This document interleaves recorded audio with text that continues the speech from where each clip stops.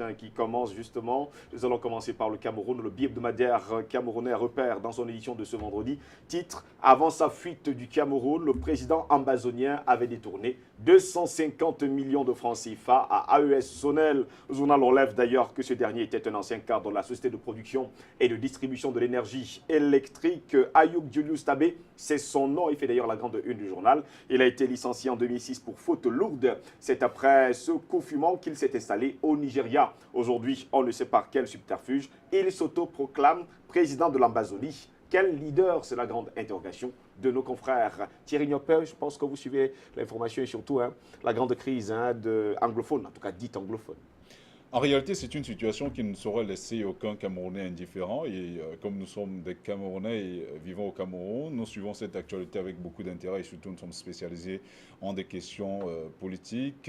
C'est une situation assez rocambolesque. On s'attendait à voir cela.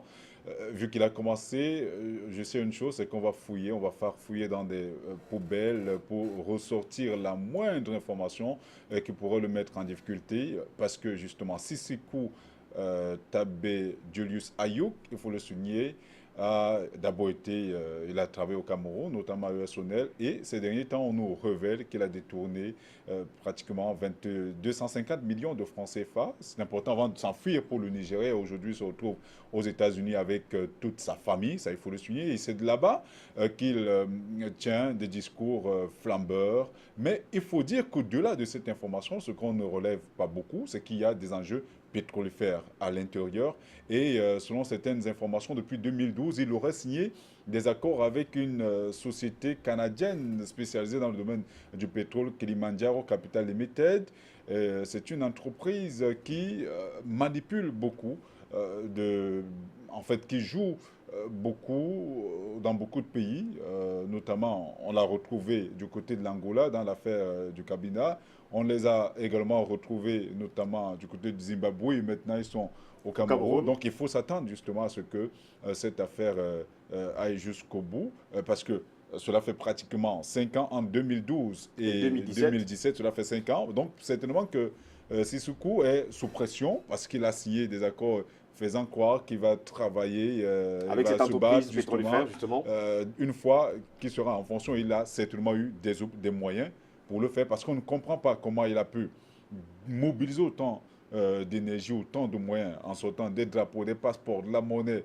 En réalité, c'est tout un arsenal qui a été développé dans le cadre de cette opération. Donc, tout montre à croire qu'il est soutenu par des forces occultes, plus ou moins visibles aujourd'hui.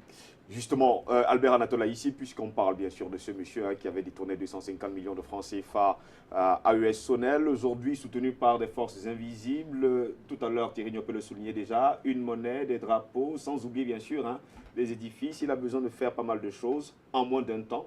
Apparemment, c'est quelque chose qui a été préparé pendant 5 années.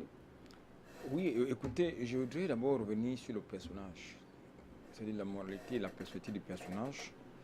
Voilà quelqu'un donc qui prétend gouverner un État, oui. Un État fédéral, qui avant même d'être aux affaires, commence déjà à traîner des casseroles, commence déjà à être soupçonné de détournement de deniers publics dans une grosse structure, dans une multinationale, la société AES, pour ne pas la nommer, qui a la charge, n'est-ce pas, de la production, de la distribution et la commercialisation de l'électricité au Cameroun. Et il a été remercié pour dire qu'il était licencié. Il était licencié pour faute grave, pour l'autre même. Alors, il s'est d'abord installé au Nigeria pour...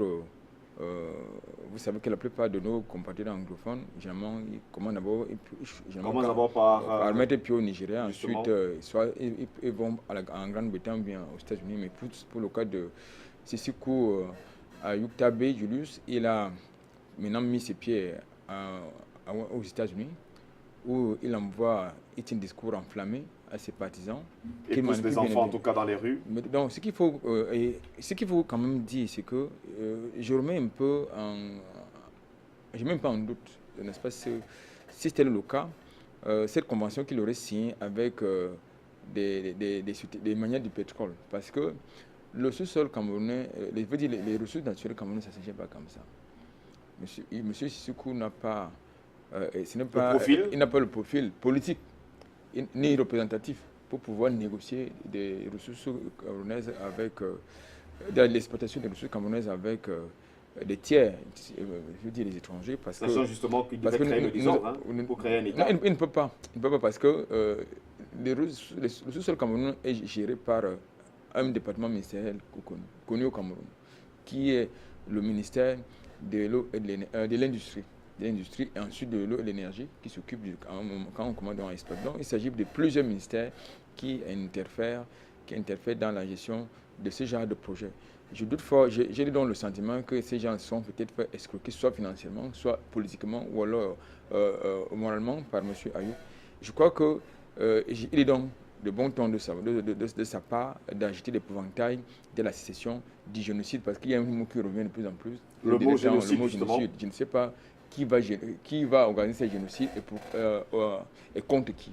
En tout cas, pour l'instant, Julius Sayuk Tabe Sissoko se trouve du côté des États-Unis d'Amérique, sauf si Thierry Nyopa avait besoin de rajouter justement quelque chose sur cette information. En réalité, juste pour souligner qu'on connaît comment les forces occultes opèrent. Tout le monde se rappelle la fameuse affaire Elf, où la France avait manipulé de bout en bout beaucoup de chefs d'État africains. On se rappelle quand même que à l'époque, Pascal Lissouba avait été monté de toutes pièces contre Denis Sassou Nguesso. Il a eu des financements occultes.